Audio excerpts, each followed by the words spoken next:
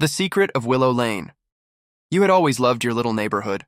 Quiet streets, friendly faces, and the kind of charm that made you feel like you'd found a place to call home. But nothing about your new neighbor, Ethan, was quiet or ordinary. Ethan moved in on a rainy Thursday afternoon.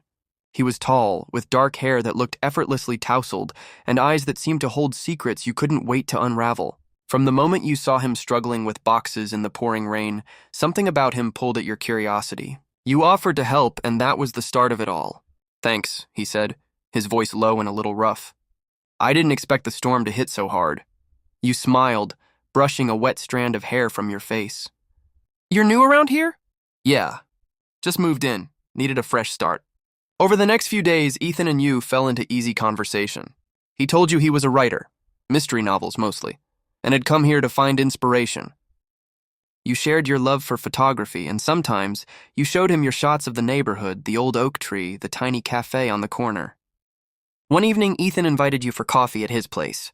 His apartment was cozy, walls lined with books, and a faint smell of cinnamon and old paper. "You know," he said, handing you a cup, "I think this neighborhood hides stories worth telling. Ever heard of Willow Lane's secret?" You shook your head. "Legend has it," Ethan whispered, "that years ago a treasure was hidden somewhere right here. Something valuable, but nobody knows exactly what. People say it's cursed or protected by something." You laughed nervously. "Sounds like the start of one of your books." "Maybe," he said, eyes gleaming. "But what if it's real?" Intrigued, you found yourself drawn into Ethan's mystery.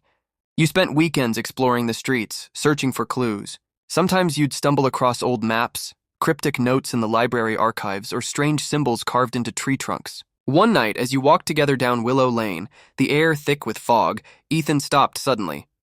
"Look," he said, pointing to an old stone well hidden behind ivy.